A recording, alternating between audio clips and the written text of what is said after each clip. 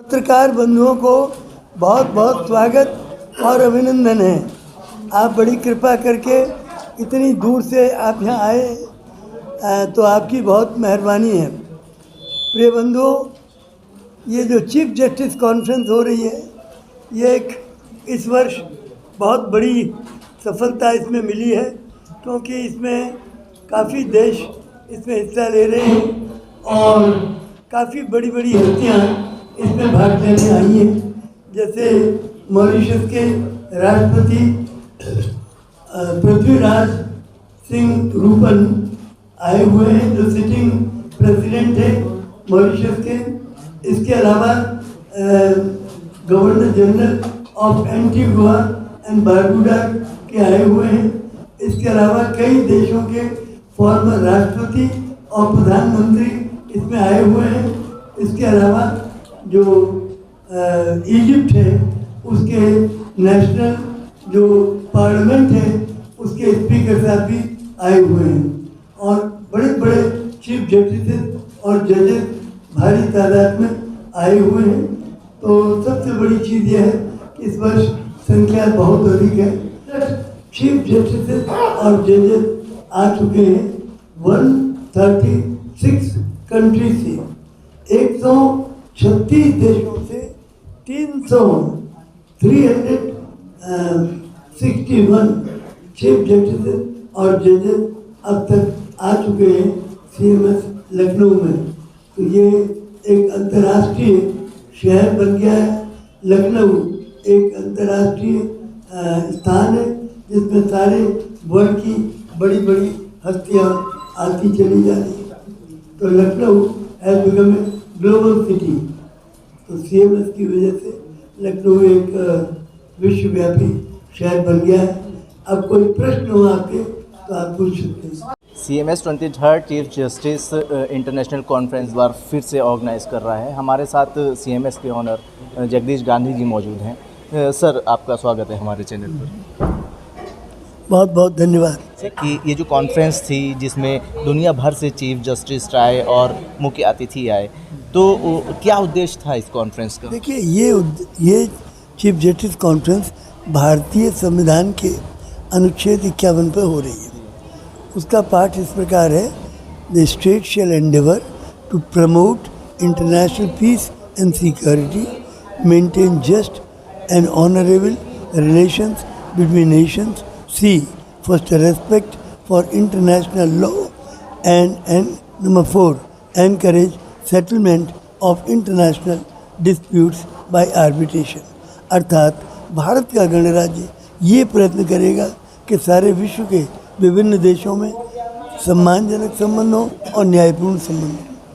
भारत का गणराज्य ये प्रयत्न करेगा कि सारे विश्व में शांति हो, सारा विश्व सुरक्षित हो। तीसरा, भारत का गणराज्य ये प्रयत्न करेगा कि सारे विश्व में एक कानून बने और सभी राष्ट्र उसका सम्मान करें।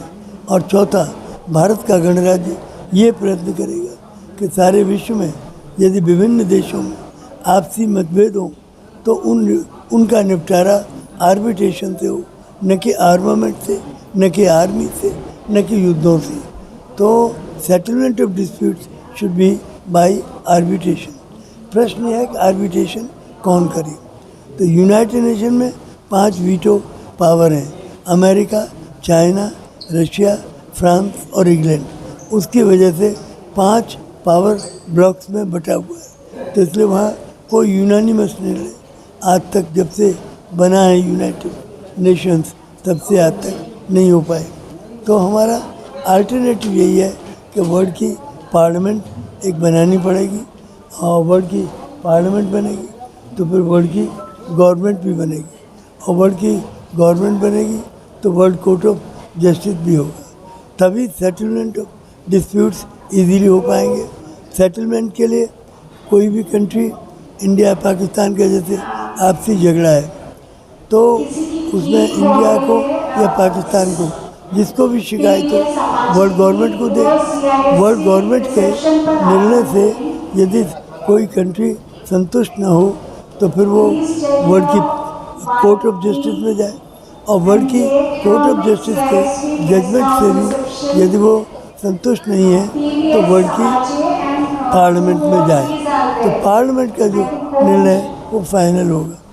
तो इस तरह से सेटलमेंट ऑफ डिस्प्यूट्स के लिए वर्ल्ड पार्लियामेंट, वर्ल्ड गवर्नमेंट और वर्ल्ड कोर्ट ऑफ जस्टिस तीनों ज़रूरी हैं। सर एक और इसी पे अहम सवाल उठता है कि जिस तरीके से शांति का उद्देश्य दे रहा है ये जो कॉन्फ्रेंस है, एक उसकी कोशिश है कि दुनिया भर में शांति जो है वो बनी रहे, लेकिन दूसरी ओर देखें यूक्रेन और रूस का युद्ध चल रहा है, वो देखा ये जा रहा है सर कि कहीं ना कहीं जो तीसरा विश्व युद्ध है उसकी तरफ जो दुनिया है तेज़ी से बढ़ रही है। तो इसके ऊपर क्या अहम रोल निभा सकता है आपका सीएमएस, क्योंकि सीएमएस के लिए मैं ये सवाल ज़रूर करूँगा क्योंकि इंटरनेशनल ब्रांचेस हैं इसकी, तो बच्चों को आप किस तरीके की शिक्षा देंगे कि वो किसी तरीके के युद्ध के खिलाफ खड़े हो सकें? हमारे बच्चों ने कल मॉडल यूनाइटेड नेशंस का कार्यक्रम किया था, आज वर्ल्ड की पार्लियामेंट की है, तो बहुत क्लियर है कि बच्चे वर्ल्ड की पार्लियामेंट कर रहे हैं और बचपन से ही